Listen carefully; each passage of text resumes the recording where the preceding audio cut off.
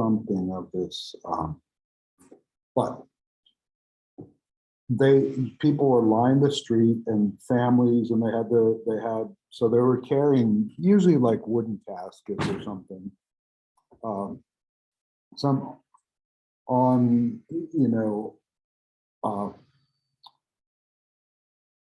sometimes with flowers and other things. So family members would be carrying them through town, and there was just a whole line of them. And so I don't know how many people were actually deceased, but they started in one end of town and they walked all the way to the beach. And then at the beach, they had large bonfires set up, and they put the caskets in the middle of each of the bonfires, individual, not like one group one. And then they lit the caskets on fire and burned. And some of them were floating, so they floated them out into the water.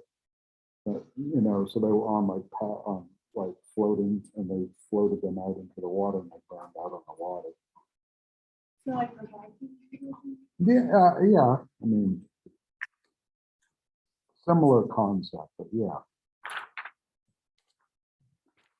I don't remember who it was that told me this, but they said that they didn't want a traditional funeral. They wanted, what the Vikings would do. I guess he got the idea from Thor. I don't know. Yeah, he wanted them to also put fireworks in the boat with him. There you go. Go out with a bang. And honestly, that is in spirit with Vikings. I mean, go out with a bang.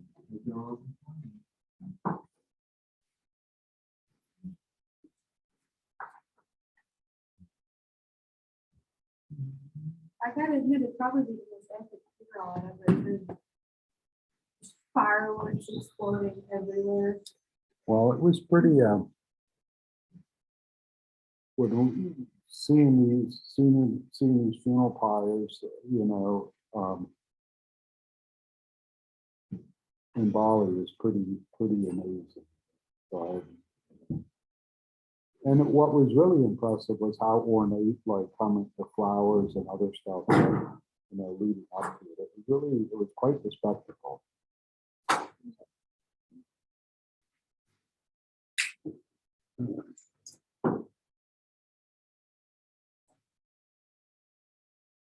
Honestly, it's kind of awesome.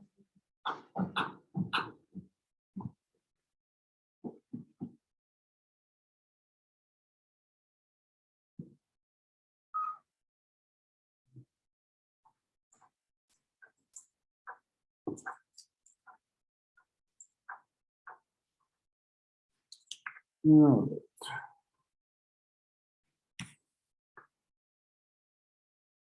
So today we're going to finish up that little bit of discussion about meditation, and then we'll look at not necessarily historical development, but how some of the sacred texts in Buddhism came to exist. And so, so this will take us backwards a little bit in terms of time frame, but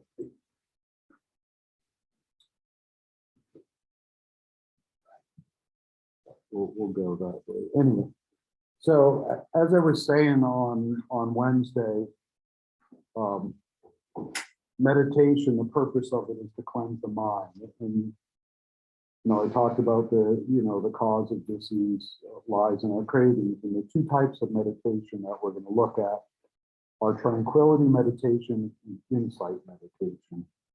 And this is, there's a discussion in your textbook about it, but it doesn't, I think it's brief, so I'll give you a little more background.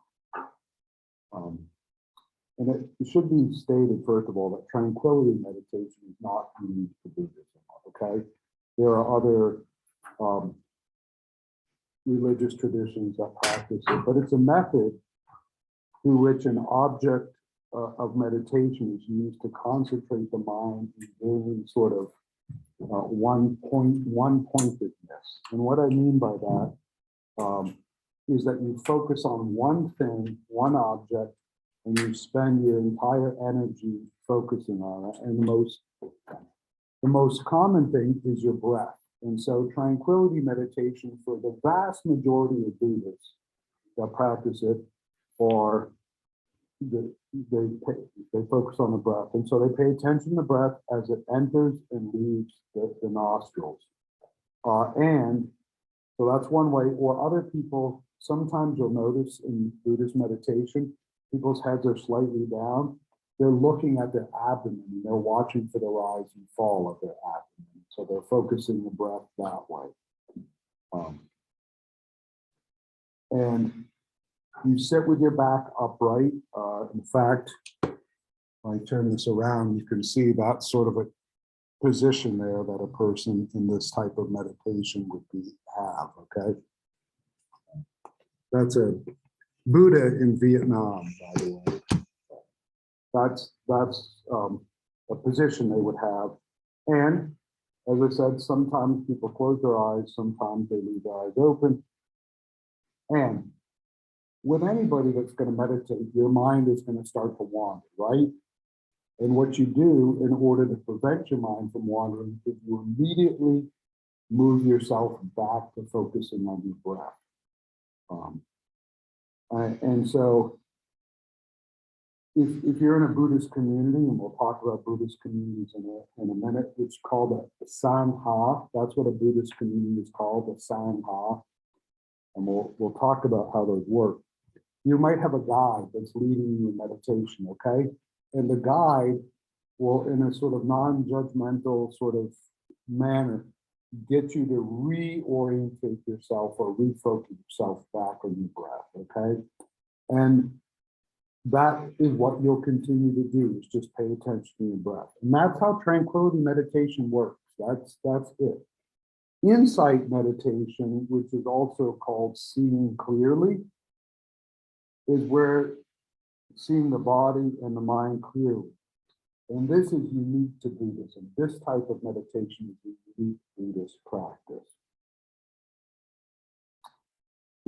And it aims to direct verification of the Dharma through observation of the body and mind. So what you do is you pay attention, you have choiceless awareness. Now, what do you think choiceless awareness might mean? Any ideas what choiceless awareness might mean? No. Choiceless awareness is a form of mindfulness that emphasizes focusing on the present moment. And so what that means is it could be a reaction of attraction or aversion to an external noise, a feeling of pain in your legs, or thoughts of hatred, jealousy, whatever. Whatever thought comes in your mind, you focus on that. And you look at it, you make note of it, and then you let it pass through, okay? And what this is really helping you to understand is the impermanence of the self, meaning that nothing is permanent, everything is changing. And so they call this a voyage of discovery. This type of meditation is a voyage of discovery. And what that means is you are literally allowing just whatever your experience. So back to the Buddhist pose that I was just showing you. When you're early on in Buddhist meditation, that type of pose might cause you to get a numb leg or something like that, okay? You would literally focus on your numb leg and that feeling to remain in the present. And then once you've focused on it, made note of it, you would allow it to go by, and then something else would crop up.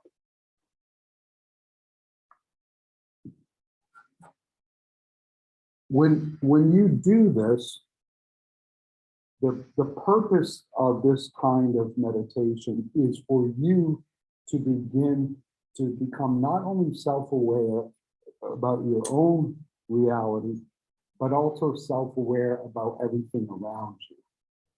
And so, unlike the first type of meditation, which is tranquility, where you focus on the breath and you just continue to focus on it the whole time, this type of meditation allows you and the mind to just go bing, bing, bing, bing, bing, bing, like that, okay? And so, for a lot of people, this might seem like an easier kind of meditation because really, truthfully, if you try to sit, if I told us to sit quiet for 5 minutes and just focus on our breathing, how many of you think you could actually do that?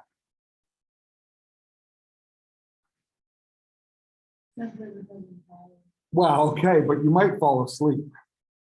But it's hard to actually sit still for 5 minutes and not allow your mind to wander, okay? In the insight meditation, it's okay if your mind wanders, but you have to pay attention to where it's wandering to. And so you're always staying in the present moment. That's the real concept of it. All right. This is what Buddhists believe about meditation, either kind, the tranquility or the insight meditation, is the principal means through which greed, hatred, delusion, or ignorance can be uprooted and transcended. And obviously, central to the delusion is the belief that we have an unchanging ego that has to be placed at the center of things, to be protected, promoted, and so forth. Meditation shows that the things we believe to be self, our feelings, our thoughts, our pain, are impermanent and temporary. So all of Buddhist meditation, regardless of what type they practice, the object of meditation is to help train you to understand that yourself is a delusion.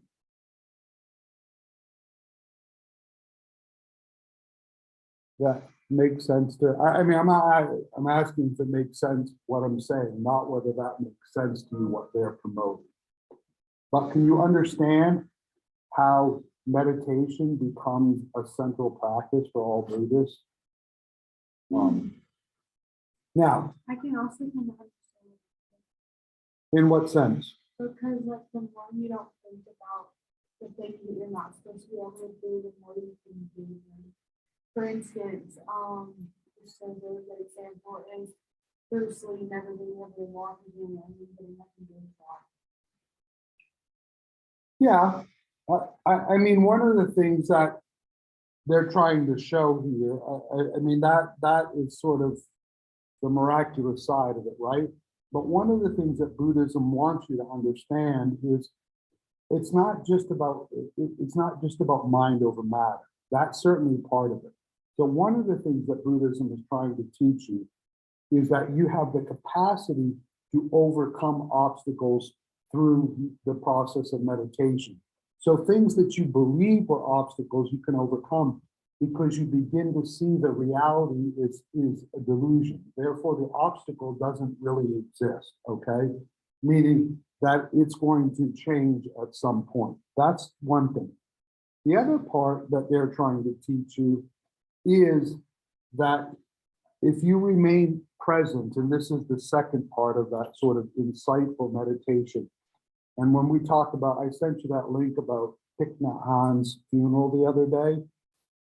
We're going to talk about him later on when we discuss engaged Buddhism, because that's the type of Buddhism that he developed. But his whole practice was about mindfulness. And Thich Nhat Hanh talked about the fact that everything that you do in life, you should be mindful of. So when you sit down to eat food, you should take one bite of one thing, pick it up, move it to your mouth, and chew it.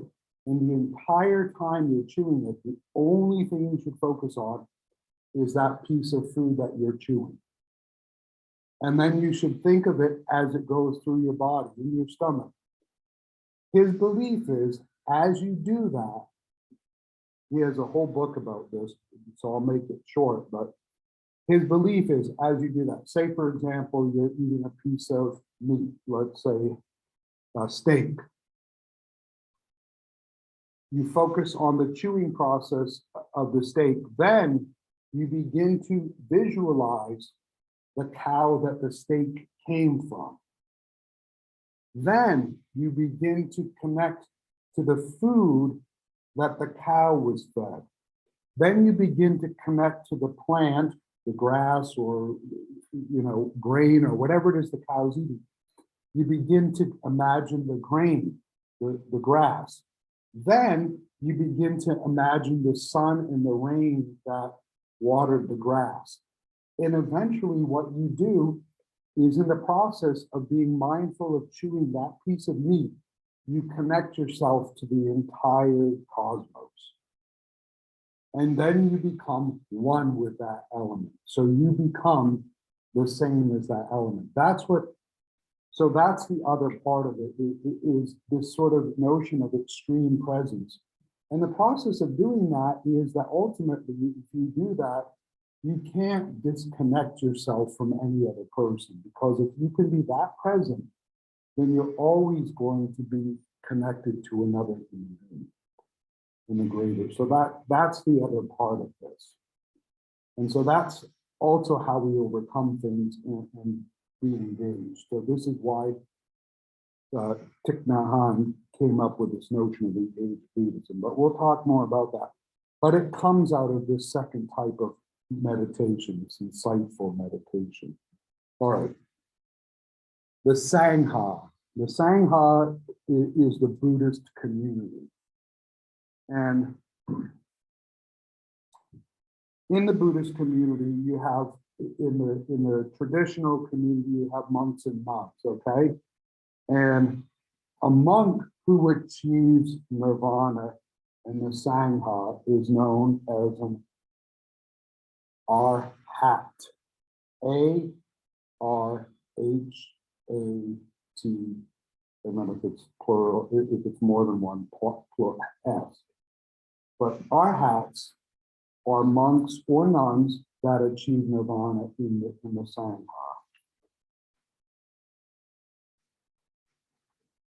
And you'll understand why this is important, but this is all going to lead into the type of sacred text that developed in Buddhism. After the Buddha achieved nirvana, there was a need to figure out who would guide the Sangha forward.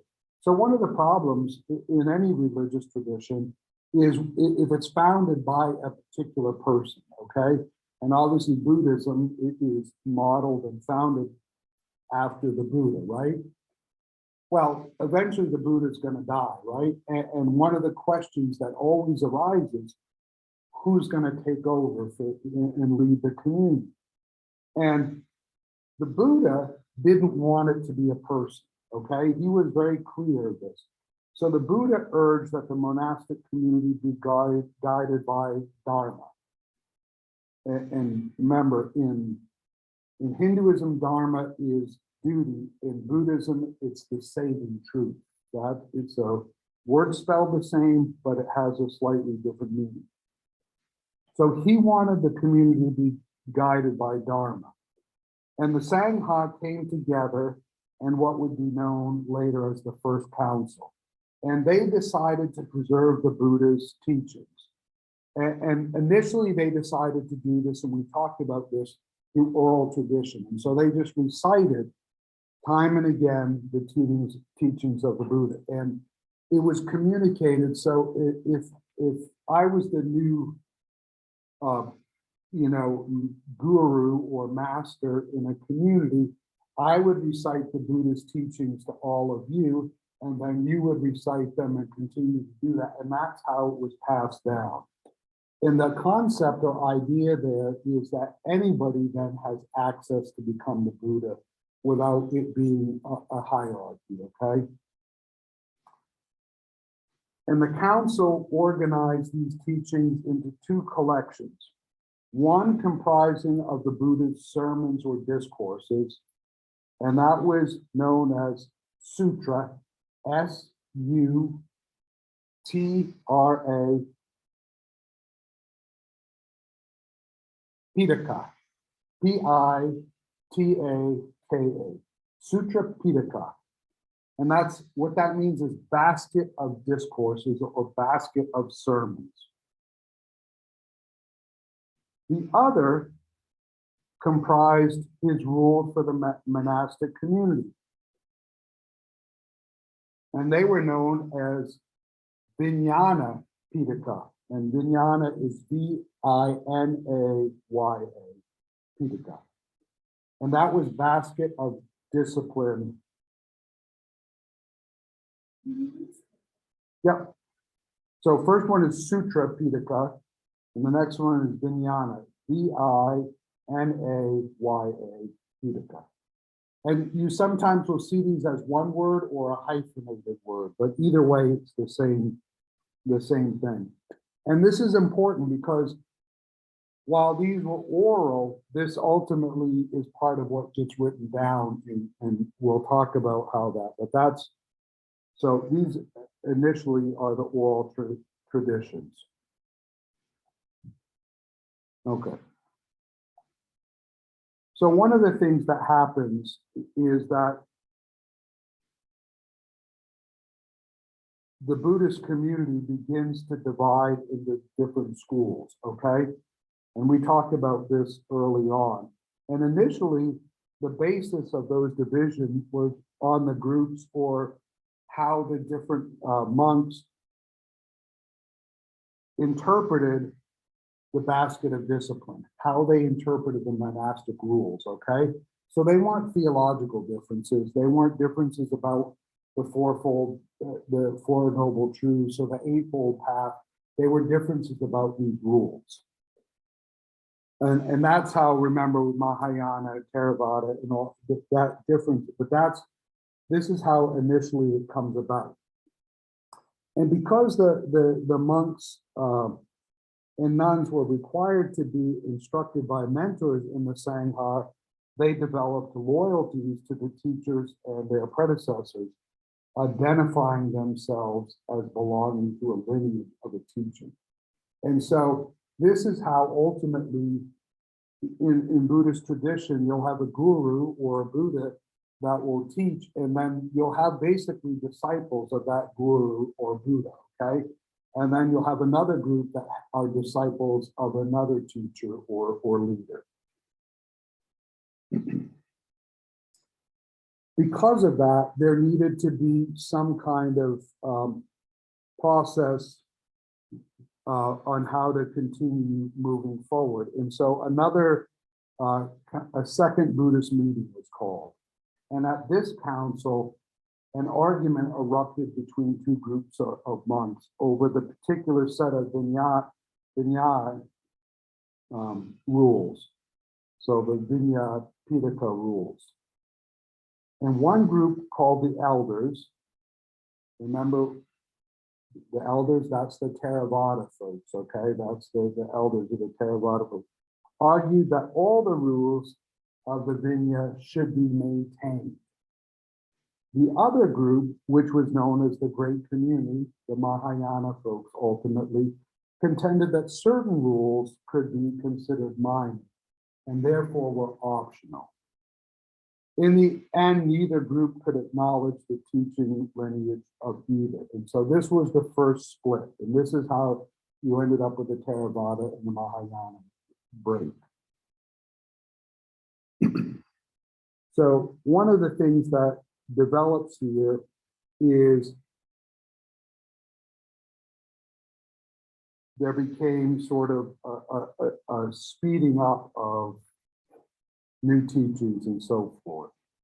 And much of the controversy centered around the movement that was developing in several monastic communities in the 3rd century BCE, okay? So around the 3rd century BCE. And this movement was known as Abhay Dharma, and Abhay is A-B-H-I-D-H-A-R-M-A,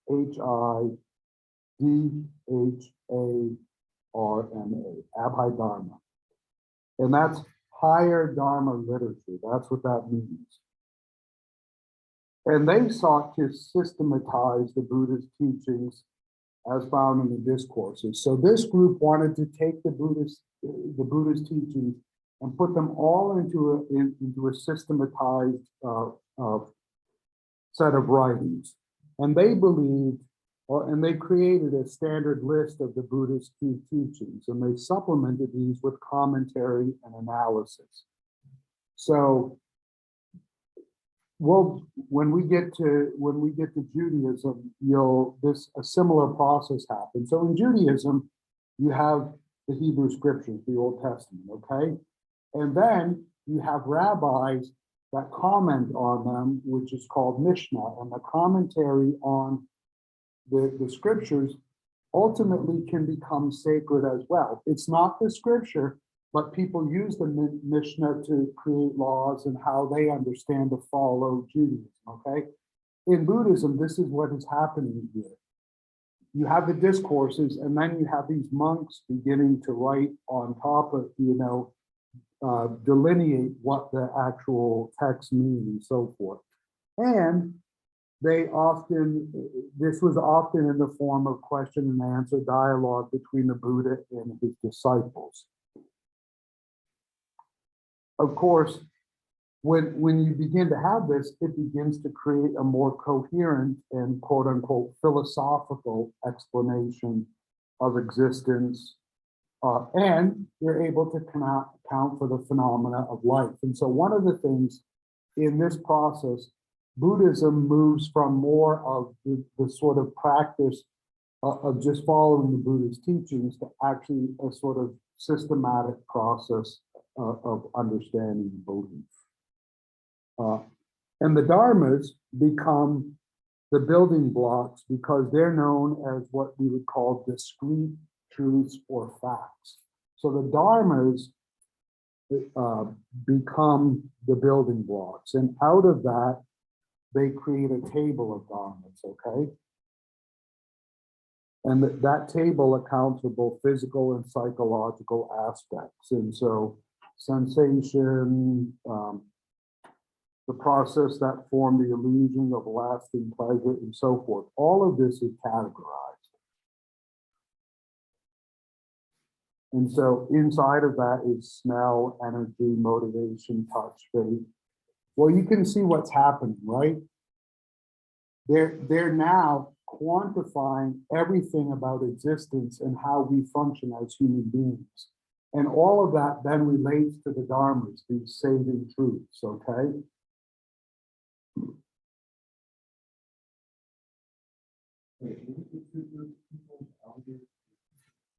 In the great community. So that's the elders who became what we understand as Theravada Buddhism, and the great community became what we understand as Mahayana Buddhism, okay? And today, Mahayana Buddhism is the largest group of Buddhists. That's the largest group of Buddhists.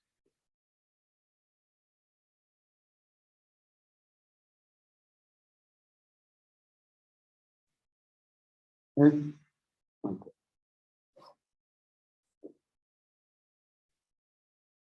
Have you ever met Yeah.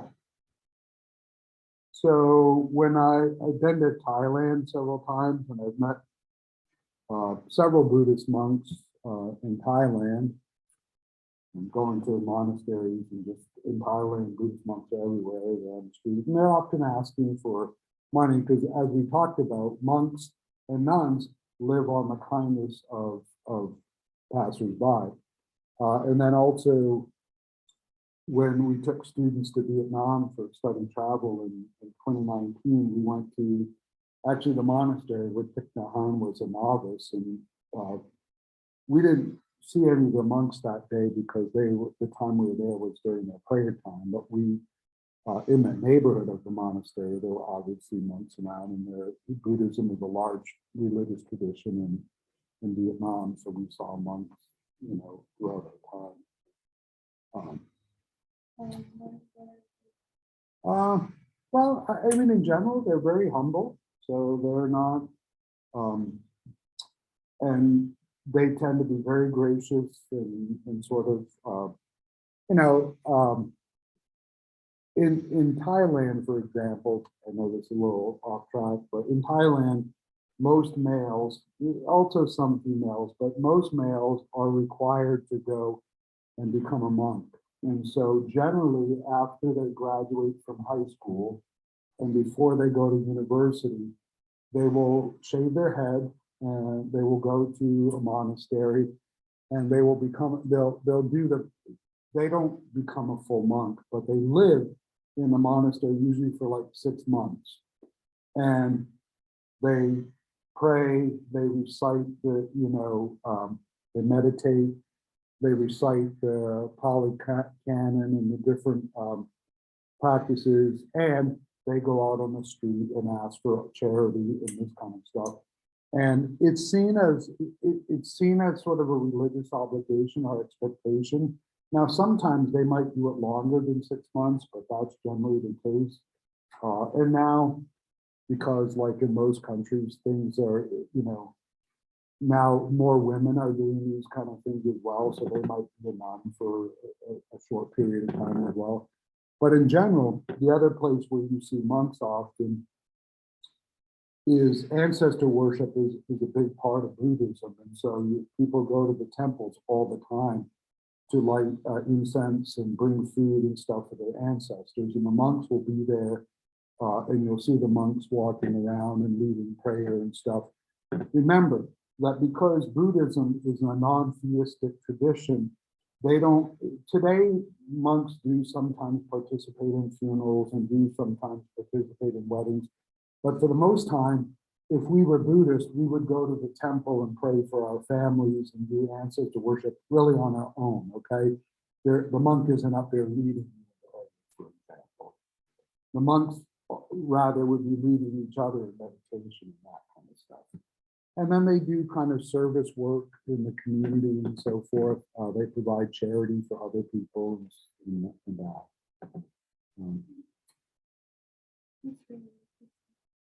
All right. So I'm not going to talk about, we'll talk briefly about King Ashoka. And in your textbook, it talks about how that much of this stuff surrounding King Ashoka is really probably mythological. But anyway, King Ashoka led his support to Buddhism. And this was because of more disagreements sort of arising.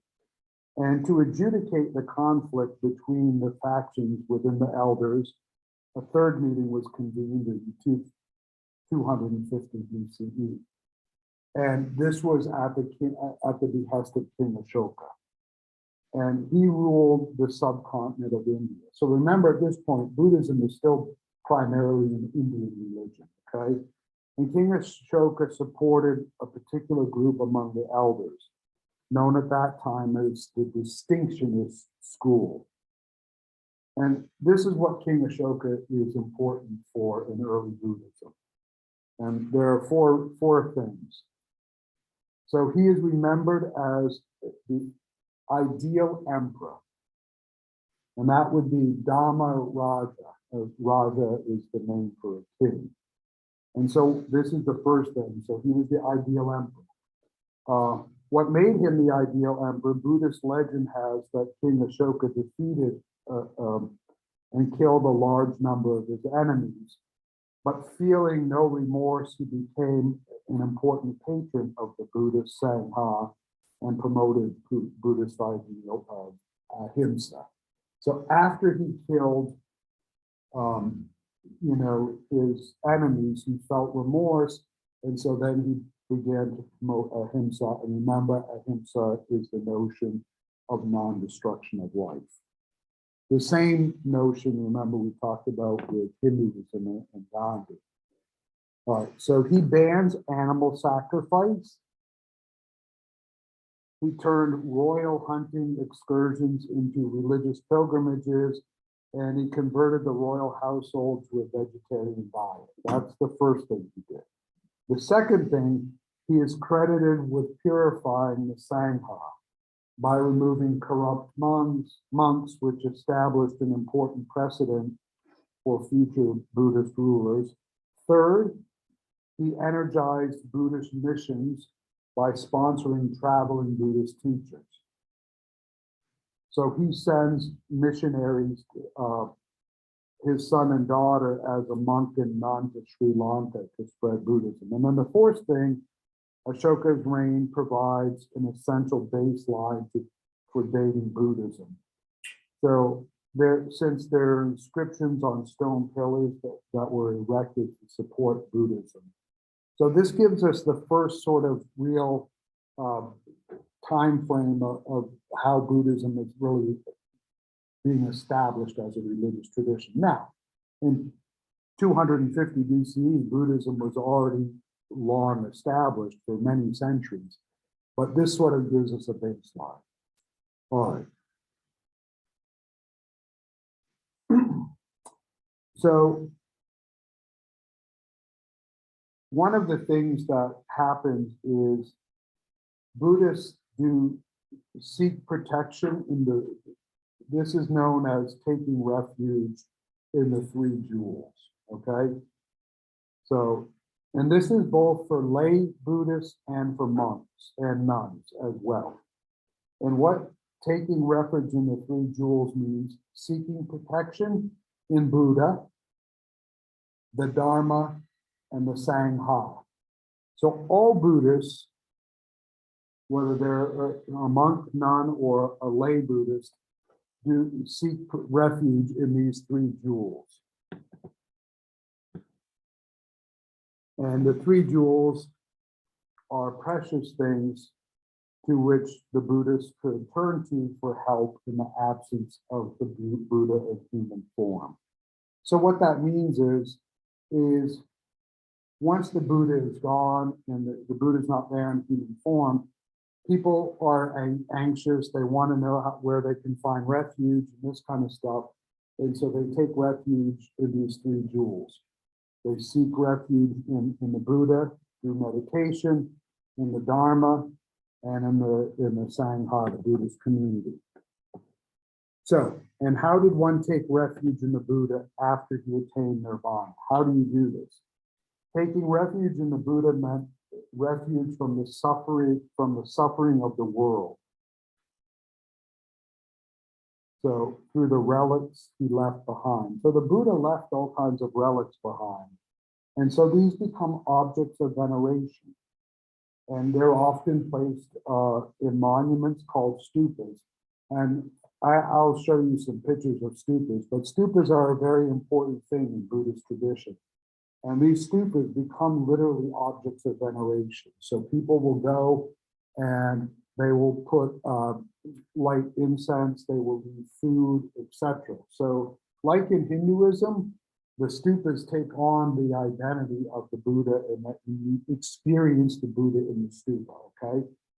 All right. And sometimes the remains of his physical body after cremation are also part of this that people can do. His begging bowl, the tree under which he had become the Buddha, all of these things become objects of sort of veneration and ways that people can take refuge in him. All right. Many of you have seen that one of the symbols of Buddhism is a wheel with 8 spokes. And why do you think the wheel has 8 spokes? The Eightfold Path, exactly right.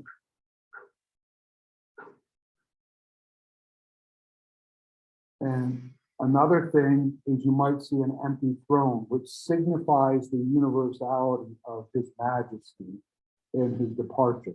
And so sometimes you might go to a community where there's Buddhists and there might be a chair in a throne sort of style and it will be empty.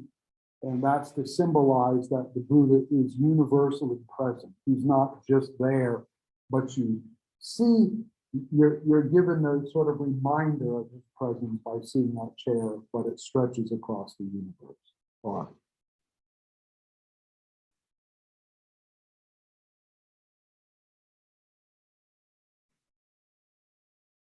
All right.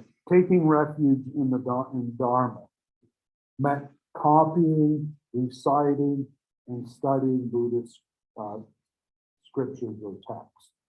So the next thing is you take refuge in the Buddha, then you take refuge in the Dharma. And this is where the sutra and Vinaya Pitakas, this is where they become important because people begin to copy them, recite them, and so forth. And eventually they begin to share their own stories, which gets added to this whole thing, okay?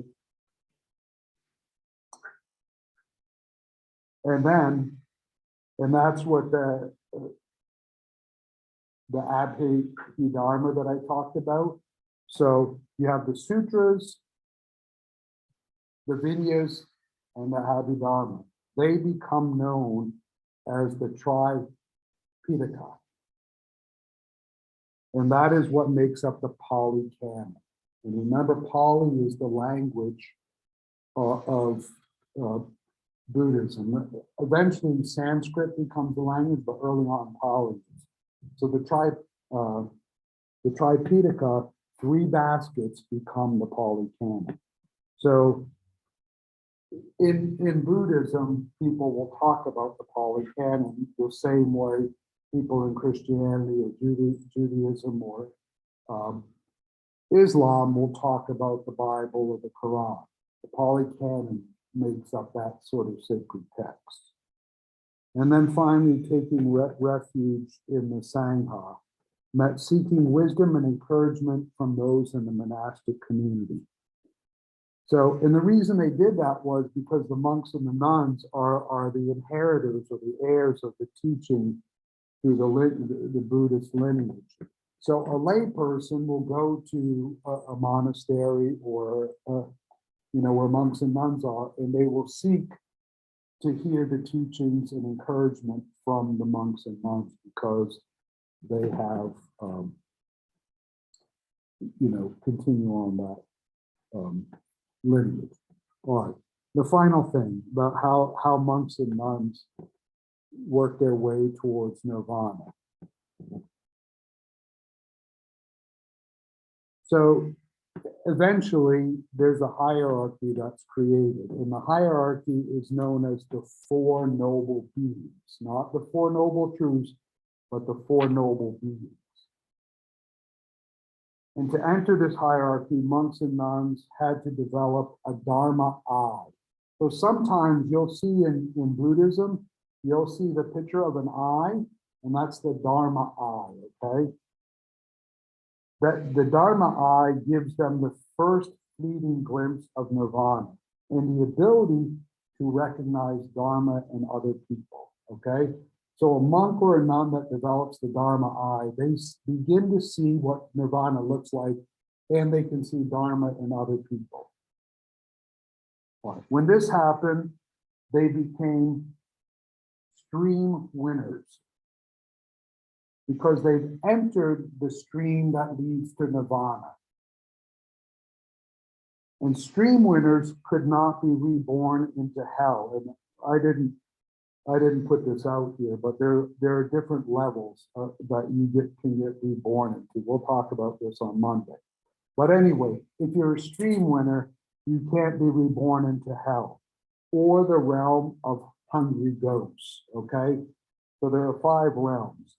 And they were guaranteed to gain full enlightenment in 7 lifetimes or less. Now remember, Buddhism believed that it took many lifetimes to gain enlightenment, to become the Buddha. If you enter this stream winner, you're now the amount of lifetimes is 7 or less, okay? Then,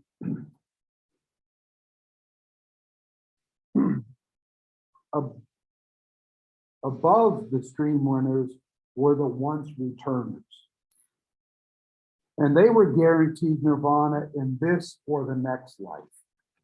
So you get your stream winner, then you have the once returners above the stream winners, and those people are guaranteed nirvana in this or the next life. And then came the non-returners. So stream winners, once returners, non-returners. And then finally, the arhats. And the arhats are the top. And they're considered very rare. And they were special beings who had completely conquered the 500 hindrances of sensual desire, anger, sloth, restlessness, and doubt. I'll say that again. Arhats were considered rare, and they had conquered the 5 hindrances of sensual desire, anger, sloth, restlessness, and doubt. And they gained this through the states of meditation, and they had perfected the teachings on morality and higher wisdom and higher concentration.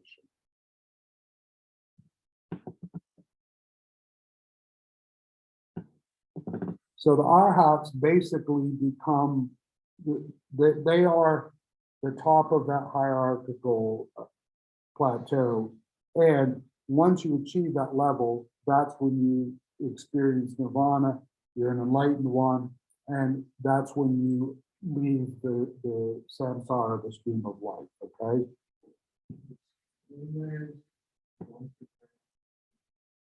So stream winners, once returners, non-returners, arhats.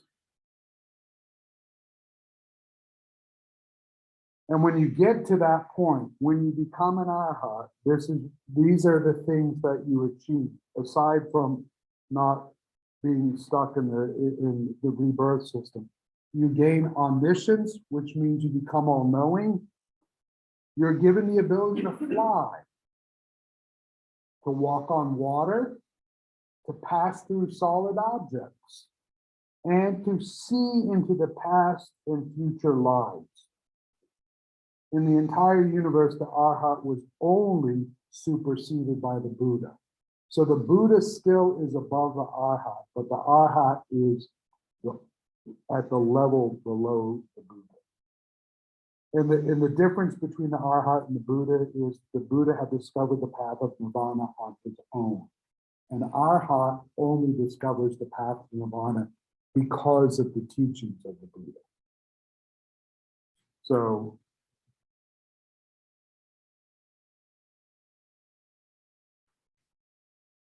questions?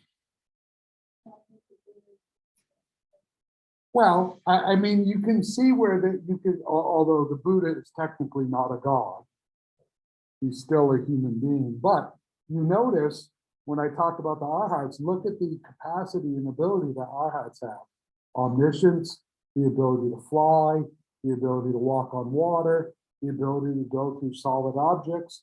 Now, your connection to Jesus. Well, this will be our aside to end with. After Jesus, well, before he's raised from the dead, Jesus walks on water, right? After he is raised from the dead, he walks through a door or a wall, because remember, the disciples are gathered in a locked room for fear of the Jews. That's what the story tells us. And Jesus enters their midst. So somehow after the resurrection, Jesus has the ability to go through solid objects. And because people believe Jesus is God, he's omniscient, right? Which means he knows all. He can also see the past and the future, right? So there is a very similar connection in terms of the belief of what powers these great teachers have, okay? The arhats have these, this is the capacity they get when they achieve nirvana. They only get those abilities when they achieve nirvana. So they have to become enlightened. Well, and technically, like you said that the difference between Jesus and the Buddha is human. Right. Jesus is human. And God. So we believe that Jesus was both, Christians believe that Jesus was both fully human and fully divine. Well, if you really think about it, he was human and he technically got resurrected. Well, no, yeah, I mean, but the difference is that there's no God in Buddhism. So there isn't a belief that The Buddha achieves all these things and then dies, but does not become a god. So does that mean like no one else could ever be Buddha? Because Buddhist traditions and stuff like that? Well, this is one of the controversies in Buddhism, okay? Is that some traditions believe that the Buddha is the Buddha and there can't be another the Buddha. And so therefore you get to this, the arhats, and that's it. So you technically have the same capacity because you've achieved nirvana, enlightenment, and you have these special skills, but you're not the Buddha. Other traditions in Buddhism say that anybody can become the Buddha through that process, okay? So there's still, in that controversy, there's always a bit of, because the Dalai Lama, the perfect example, you know, the Dalai Lama has many of these qualities that I'm talking about here. And so there's always this bit of tension around how what defines the capacity of someone to be a Buddha, and whether you could be the Buddha like the Buddha or you're just a Buddha, okay? And that's clearly one of the controversies. But in the tradition that we're talking about here, and in this sort of classical understanding, you achieve that arhat position, but you don't become the Buddha. All right. Have a great weekend, everybody. Now